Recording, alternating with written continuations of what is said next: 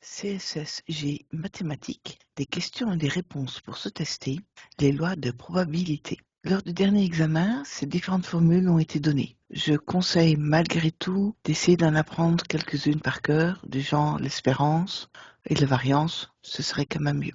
Les tables des lois normales réduites sont également données, vous devez savoir les utiliser. Donner un exemple de fonction de répartition. Donc d'abord, il faut savoir que la fonction de répartition permet de calculer la probabilité que la variable aléatoire x ait une valeur inférieure ou égale à un certain x. Si par exemple on a des distributions de cartes à jouer qui sont telles quelles, on a comme carte, on a le 1, le 2, le 3, le 4, le 5, et on a des probabilités individuelles. Pi de x est égal à xi. Disons que j'ai 3 sur 8, 1 sur 8, 1 sur 8, 5, 6 sur 1 sur 8, 3, 4, 5, 6 et 2 sur 8. Voilà. Donc on a bien que la somme de toutes les probabilités doit être égale à 1. Ça, c'est une bonne fonction de répartition. Et si maintenant on nous demande la probabilité d'avoir une carte plus petite ou égale à 2, eh bien, on va faire la probabilité d'avoir une carte qui vaut 1, plus la probabilité d'avoir une carte qui vaut 2, et ce qui fait dans notre cas, 3 sur 8 plus 1 sur 8, c'est-à-dire 4 sur 8 ou 1 demi. Alors, l'espérance mathématique, on l'appelle grand E de grand X, c'est une sorte de moyenne. Alors, parfois on la représente ainsi, mu, ou bien c'est l'ancienne moyenne qu'on connaissait. Donc, c'est la somme des probabilités PI, comme on a vu tout à l'heure, fois les XI. Donc ça, c'est les probabilités d'avoir X égale à XI, et XI, ce sont les valeurs. La variance, V de grand X, ça c'est, je vais dire que c'est l'ancienne variance qu'on avait, donc le sigma carré. Et donc, moi, la formule que je conseille de retenir, c'est que je prends l'espérance de la variable au carré, moins l'espérance au carré de la variable. Bon, ça, c'est ma préférée. Elle est uniforme si toutes, euh, si toutes les valeurs que peut prendre la probabilité, toutes les valeurs ont une probabilité identique ou égale. Ça veut dire que, donc c'est chez PI, hein, pour P est égal à X est égal à XI, et elles sont toutes égales. Elle définit aussi sa moyenne, son espérance mathématique est définie comme étant E de X est égal à N plus 1 sur 2. Et de même, on va définir la variance comme étant égale à N carré moins 1. Alors, je ne sais pas pourquoi, mais c'est sur 12. Et N, c'est le nombre de résultats, de valeurs. Une loi binomiale, ça veut dire deux valeurs contraires. C'est par exemple cassé, pas cassé. La loi binomiale est représentée ainsi. B, N, P. N, c'est le nombre d'expériences. P, c'est la probabilité de réussir une expérience. Une. Alors, sa moyenne, on a E de X est égal à N fois P, simplement. Et V de X est égal à N fois P fois A moins P. Alors, parfois, au lieu d'un moins P, on le représente par Q, qui est 1 moins P. Donc, dans cette formule, on a K qui est le nombre de succès dont on cherche la probabilité. On a dit que P, c'est la probabilité d'avoir un succès. Et N, c'est le nombre d'essais. CNK, c'est la formule d'une combinatoire. Le nom, on s'en fout, mais ça se calcule comme ça. Le N est le chiffre plus grand, bien entendu. N factoriel sur N moins K factoriel multiplié par K factoriel. Alors, n factoriel, ou comme toutes les factoriels, c'est 1 fois 2 fois 3 fois 4 fois 5 fois n. Et alors la loi, au cas où vous ne l'aurez pas reconnue, c'est bien la binomiale NP. Ça, c'est la loi normale. Elle est centrée sur la valeur de mu, hein, l'espérance.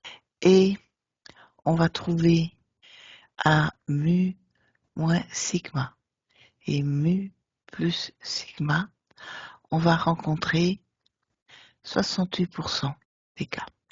La loi normale réduite, c'est la même, sauf qu'elle est centrée, oui, vous le ferez mieux que moi, hein, sur la moyenne.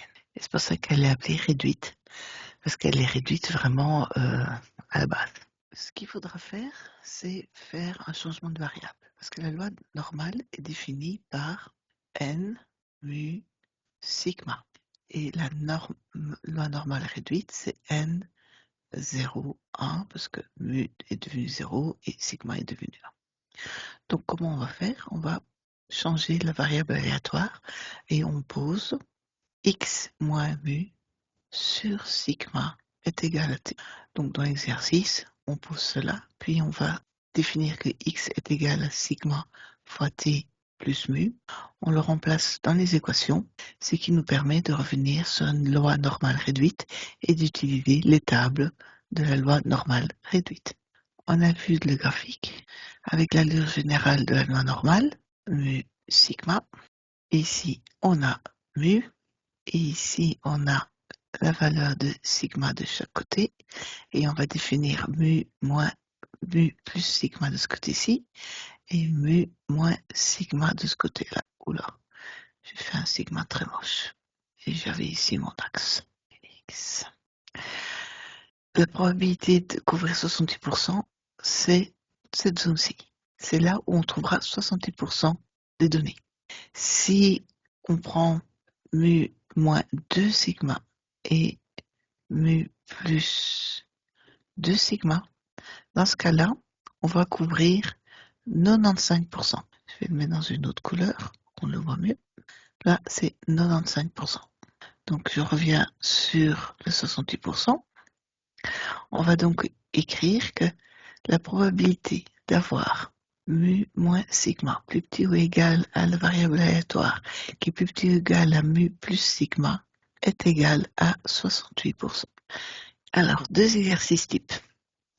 Donc, j'ai une loi normale 8, 4 et je cherche la probabilité que 8 soit plus petit ou égal à x qui est plus petit ou égal à 13. OK? On pose que x moins 8 sur 4 est égal à t. Hein, c'est x moins mu divisé par sigma. Donc x est égal à 4 fois t plus 8. Je le remplace dans mon équation, dans le calcul que je dois faire. J'ai donc p de 4t plus... Oh, pardon, j'ai oublié un morceau, très important. 8 est plus petit ou égal à 4t plus 8 qui est plus petit ou égal à 13. Ça se divise donc en deux parce qu'en réalité, on ne sait calculer que si le t est plus petit que une variable. On ne sait pas calculer quand c'est plus grand. Pour calculer quand c'est plus grand, il va falloir inverser. Donc, ça revient à écrire que p de 4t plus 8 est plus petit ou égal à 13, moins, ça c'est pour inverser ce signe-ci, p de 4t plus 8 est plus petit ou égal à 8. On continue. Ça fait que p de t est plus petit ou égal à 13 moins 8 sur 4, moins p de t est plus petit ou égal à 8 moins 8 sur 4. On continue toujours. P doit donc être P de la probabilité que la variable t soit plus petit ou égal à 2 et 3, 5 quarts, 1,25. Moins la probabilité que t soit plus petit ou égal à 0. Alors le 1,25, on va le chercher dans les tables. 1,25, je cherche l'intersection entre les deux, c'est ici. 0,8944. C'est égal 0,8944, donc la probabilité que la variable soit plus petite que 1,25 ou égal. Moins t plus petit ou égal à 0, c'est celui-ci, c'est 0,5. C'est égal à 0,4944. Voilà, ça résout le premier exercice. Suivant. Donc de nouveau, j'ai une loi normale qui est 8,3. Cette fois-ci, la question est un petit peu différente puisque on me donne d'autres éléments. On doit trouver le petit t. Ok, donc on va de nouveau faire une pause. On pose x moins 8 sur 3 est égal à t, ce qui me donne que x est égal à 3t plus 8. Je remplace dans mon équation. J'ai donc P8 est plus petit ou égal à 3t plus 8, qui est plus petit ou égal à petit t, est égal à 0,4576.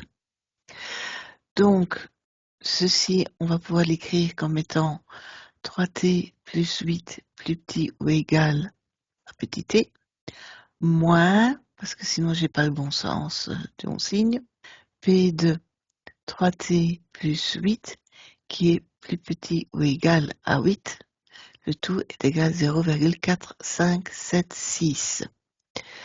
Donc, on peut isoler la variable t. T va être plus petit ou égal à t moins 8 sur 3, moins probabilité que t soit plus petit ou égal à 8 moins 8 sur 3 est égal à 0,4576. Donc, je vais avoir probabilité que t soit plus petit ou égal à t moins 8 sur 3 est égal, celle-là on l'a vu, c'est 0,5 plus 0,4576. On peut faire la somme directement, ça fait 0,9576. Si je vais dans le tableau, 0,9576, je le trouve ici entre les deux. Donc on va prendre la valeur la plus petite, c'est 1,72. Ce qui veut dire que j'ai ma variable aléatoire, qu'en fait j'ai cherché la probabilité que ma variable aléatoire soit plus petite ou égale à 1,72. Ce qui revient à dire que mon petit t moins 8 sur 3 est égal à 1,72. Donc mon petit t est égal à 3 fois 1,72 plus 8. Et ça vaut 13,16.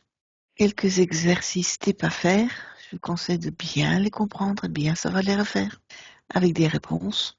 Bon courage et bon travail.